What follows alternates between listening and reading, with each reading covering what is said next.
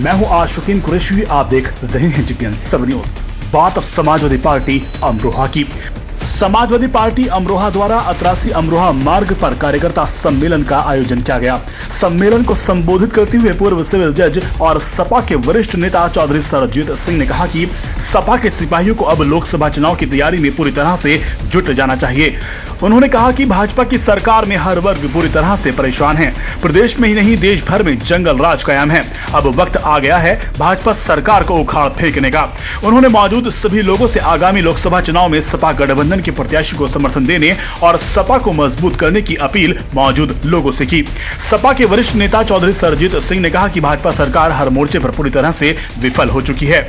जिन वादों की बदौलत बीजेपी ने अपनी सरकार बनाई थी, वह वादे कितने पूरे हुए हैं यह बताने की आवश्यकता जनता को नहीं है, क्योंकि यह पब्लिक है, सब जानती है। उन्होंने कहा कि गठबंधन ही मात्र एक विकल्प है जो भाजपा को शिकस्त दे सकता है। सपा के कार्यकर्ता सम्मेलन में पूर्व कैबिनेट मंत्री स्वर्गीय चौधरी चंद्रपाल सिंह के बेटे चौधरी सरजीत सिंह को अमरोहा लोकसभा क्षेत्र से सपा का गठबंधन का प्रत्याशी बनाए जाने की मांग यहां के लोगों ने की। इस मौके पर समाजवादी पार्टी के जिलाध्यक्ष मस्तराम यादव, सपा जिला उपाध्यक्ष मास्टर संतराम यादव, मुमताज खान, सलीम खान एडवोकेट, चौधरी सार्थक सिंह, पुरजीत सिंह, पंडित ओम प्रकाश शर्मा, युगेंद्र खड़गवंशी, जिला पंचायत सदस्य आकिब चौधरी, हाजी जुल्फिकार फतेहपुर, जिला पंचायत सदस्य महाराज सिंह, निक्षम चौधरी, जयवीर सिंह, अजयवीर सिंह, दयाराम सिंह, डॉक्टर वीर सिंह यादव, जीतांबर सिंह यादव सहित हजारों की संख्या में सपा कार्यकर्ता व क्षेत्र के लोग मौजूद थे। वीडियो जर्नलिस्ट नूर मोहम्मद के साथ आशुकीन कुरैशी की रिपोर्ट। देखिए 25 साल हो गए, आप बाहर के लोग आते हैं। ये अमरोहा लोकसभा बहुत बदनाम हो गई है और हमें शर्म की बात है कि 17 लाख वोटर हम इस लोकसभा में हैं। क्या हमें एक आदमी भी ऐसा नहीं मिलता जो हमारा प्रतिनिधित्व कर ले? उसके लिए हम बाहर का कोई भी आदमी आ जाता है, पार्टियां टिकट दे देती है और आप वोट डाल देते हो, काम समाप्त हो जाता।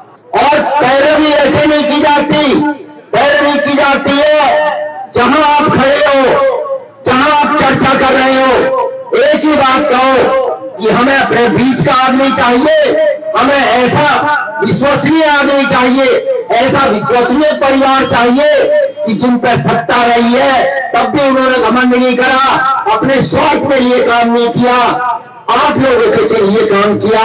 आपको ये बात यहां नहीं, जहां जहां बैठे थे, आपके मित्र हैं, आपके परिचित हैं, आपके रिश्तेदार हैं, ये बात आपको दूर दूर तक पहुंचानी होगी। सरकार में क्या क्या बुराई है, सरकार ने क्या क्या वायदे किए थे और उन वायदों पर सरकार कितनी खरी उतरी, ये बार बार बताने की आपको जरूरत नहीं है।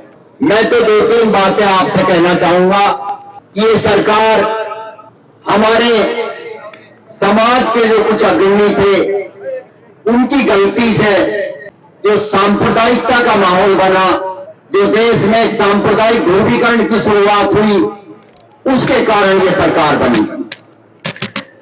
लेकिन सरकार बनने के बाद हर सरकार का काम होता है कि वो संविधान के अनुसार देश को चलाए और जहां तक हो सके लोगों की, जनता की समस्याएं हल करने का काम करे। लेकिन इस सरकार ने सिवाय झूठ बोलने के कोई दूसरा काम नहीं किया। मैं दोहराना नहीं चाह रहा,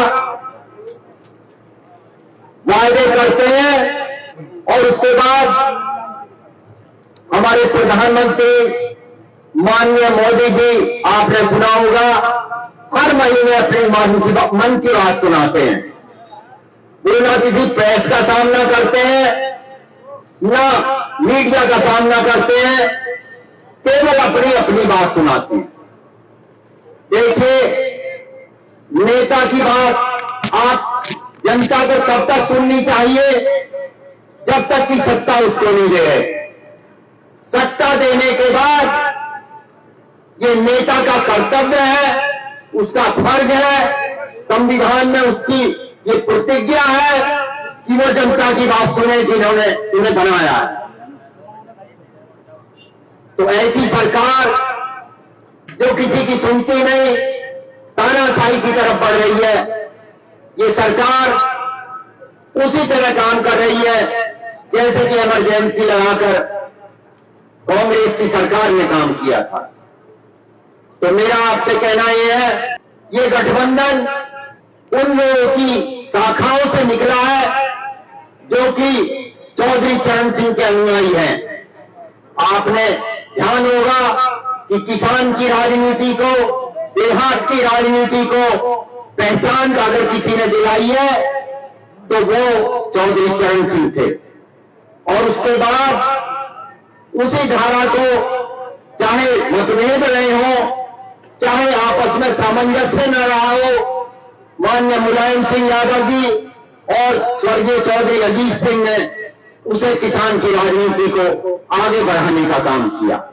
अब उसी राजनीति को उनके पुत्र, जो कि बहुत ही पढ़े लिखे और योग्य हैं, माननीय अखिलेश यादव जी जो कि समाजवादी पार्टी के राष्ट्रीय अध्यक्ष हैं, और माननीय जयंत जी जो कि लोकदल के राष्ट्रीय अध्यक्ष हैं, वो मिलजुल कर इस सरकार का सामना करके, इसे परास्त करके आपसे मदद मांग रहे हैं कि आप इस व्यापारियों की सरकार को हटाओ और किसानों की सरकार लाओ।